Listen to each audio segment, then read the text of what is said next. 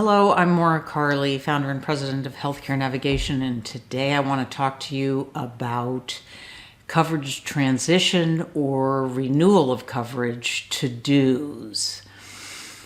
Now, not everyone has a January 1st benefit period, but most people do. So it's a good time of year to review this, and if it doesn't apply to you, if your renewal or your cycle is beginning with a different month, then just save this for another time, but be aware of it. And I have a cheat sheet here in front of me I may be referring to. But if your coverage is ending and you're paying for it, you do want to notify the insurer of the last month. And I think even just a 2-sentence letter, I don't know. We once had an insurer claim that because they weren't notified, even though their formerly insured member had moved on to other coverage, that they still owed that premium for the month. And the client didn't want us to notify the former insurer, to-be former insurer, until the family had their new cards in hand, which is entirely understandable. But that former insurer wasn't at risk for claims, obviously, but still wanted the money, and we had to file a complaint with the insurance department. Just let them know. And clearly, if you have an automated payment arrangement, make sure that is terminated appropriately, which sounds basic, but you'd be surprised. You know, people get very busy and forget about these things. If you have a concern about the information that was available on your portal not being available in your new year, then you should download whatever information you want to have. If you are getting new coverage, you want to make sure that you've decided how you're going to pay for it, if it's individual coverage of some sort, and that the amount is correct.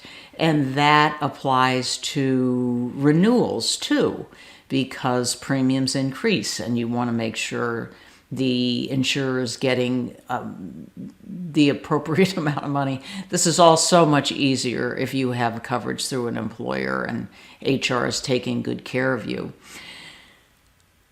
You want to be on the lookout if you're getting new member IDs, that you get the new member IDs,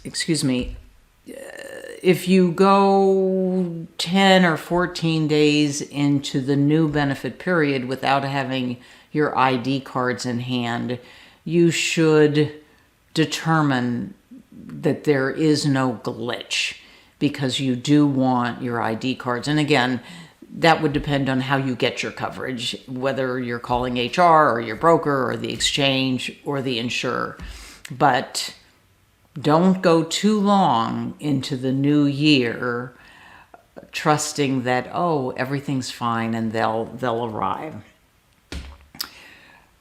If you have new coverage, register for all new portals. Online portals are such a vital tool, and you can have a separate portal for your health insurance, your pharmacy benefit, for your flexible spending account, your health savings account, and your health reimbursement arrangement, or I guess your healthcare reimbursement arrangement. So make sure those are set up and you become familiar with them.